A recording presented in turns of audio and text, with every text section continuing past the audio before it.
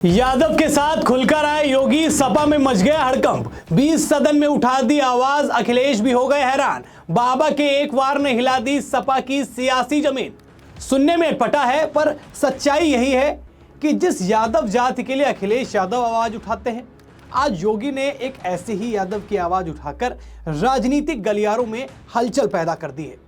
बात है उत्तर प्रदेश विधानसभा के शीतकालीन सत्र की, जब आज योगी ने सदन में यह कारनामा किया है। नमस्कार, स्वीकार करिए, मैं हूं वैभव दीक्षित। आपको जस्टिस शेखर यादव का वो बयान याद होगा जिसमें उन्होंने एक जाति विशेष को कठमुल्ला जैसे शब्द बोल दिए थे और तरह तरह की गंभीर बातें कही थी। उन्हें समाजवादी पार्टी के मुखिया अखिलेश यादव का सहारा तो नहीं मिला, लेकिन मुख्यमंत्री योगी आदित्यनाथ ने उनका अप्रत्यक्ष रूप से साथ दिया है। उनकी बात जो है वो सदन में उठाई। मुख्यमंत्री योगी आदित्यनाथ ने कहा कि भारत की विरासत की चर्चा करने वाले व्यक्तियों को कुछ लोग धमकी दे रहे हैं। इन्हीं लोगों ने कुंभ की आध्यात्मिक और सामाजिक विरासत को भगदड़ और अराजकता का पर्याय बना दिया है। योगी ने इलाहाबाद हाईकोर्ट के जज शेखर यादव का बगैर नाम लिए कहा कि एक न्यायमूर्ति ने सच कहा तो उन्हें कटघरे में खड़ा कर दिया गया। सच बोलने वालों को धमकाया जा रहा है। यही लोग अब संविधान के नाम पर देश के सामने पाखंड कर रहे हैं।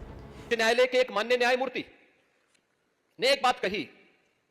उन्होंने कहा समान नागरिक संहिता तो होनी चाहिए और दुनिया के अंदर तो बहुसंख्यक समाज की भावनाओं का सम्मान हर हाल में होती है। अगर दुनिया में होती है तो भारत में अगर बहुसंख्यक समाज के हितों की चर्चा कोई कर ले, उस सच्चाई को कोई बोलता है, कौन सा अपराध हो गया? आपने देखा होगा इन लोगों ने राज्यसभा में माननीय न्यायमूर्ति के खिलाफ भी महाभियोग की नोटिस दी है। यह है और ये अपने को लोकतांत्रिक कहते हैं।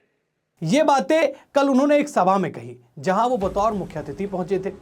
लोगों ने इस बात को आई गई वाली बात समझी कि अरे जाने दो, बस हो गया। लेकिन आज जब उत्तर प्रदेश विधानसभा में शीतकालीन सत्र के दौरान जब योगी ने इस बात को दोबारा दोहराया तो मानो समाजवादी पार्टी बिना निशाने पर लिए ही निशाने पर आ गई।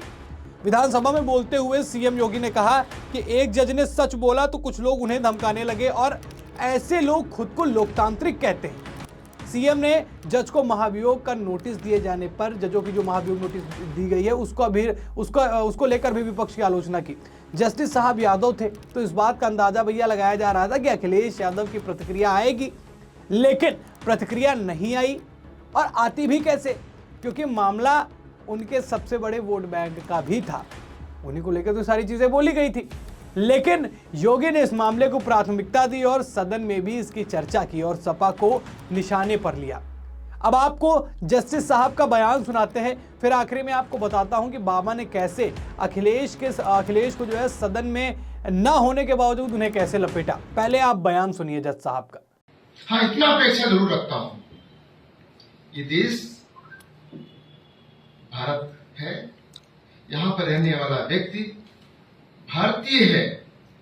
बाहर के लोग हिंदू नहीं समझ पाते। हिंदू केवल उसी को समझते हैं जो केवल और केवल पूजा पद्धति करने वाला, गंगा स्नान करने वाला, चंदन लगाने वाला व्यक्ति ही हिंदू। ऐसा नहीं है। हिंदू इस देश में रहने वाला, इस देश को अपनी मां कहने वाला, इस देश पर कोई विपत्ति आ जाए तो अपना सब निछावर करने वाला जो व्यक्ति है, उसकी पूजा पद्धति कुछ भी हो सकती है। वो कुरान को मान सकता है, वो बाइबल को मान सकता है, लेकिन वो हिंदू है। ये हमारी ग्रंथ है।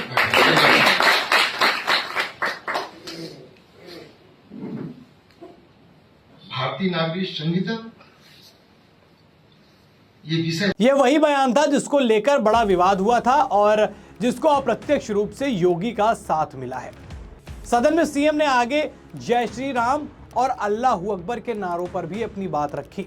सीएम ने कहा कि अल्लाहू अकबर कहने पर कोई हिंदू कहे कि मुझे ये अच्छा नहीं लग रहा तो क्या ये आपको ठीक लगेगा।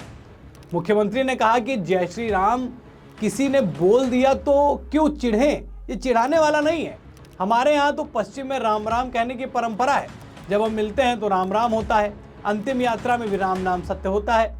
अगर जय श्री राम किसी ने बोल दिया तो चिढ़ने वाला कृत्य नहीं है, चिढ़ाने वाला कृत्य नहीं है। सीएम ने कहा कि मुझे किसी और नारे की जरूरत नहीं है। सीएम ने कहा कि राम राम शब्द कहां से सांप्रदायिक हो गया। बाबा साहब के मूल संविधान में राम हनुमान सब हैं। बाबर औरंगजेब की परंपरा इस देश में नहीं रहेगी। यहां तो राम कृष्णा और बुद्ध की परंपरा रहेगी। आज बाबा सदन में फॉर्म में दिखे और एक के बाद एक सदन में मुद्दे उठाते रहे और सदन का माहौल गर्म होता चला गया। लेकिन बाबा के आगे भाई साहब आज विधानसभा में किसी की बोलती नहीं फूटी और आज बाबा को सुनना पड़ा। फिलहाल इस खबर में इतना ही। फिर मुलाकात करेंगे एक नई खबर के साथ। इस वीडियो को लाइक और शेयर करिएगा। चैनल पर नए हैं तो चैनल को जरूर सब्सक्राइब करिएगा। फिर मिलेंगे नई खबर में, तब तक के लिए धन्यवाद।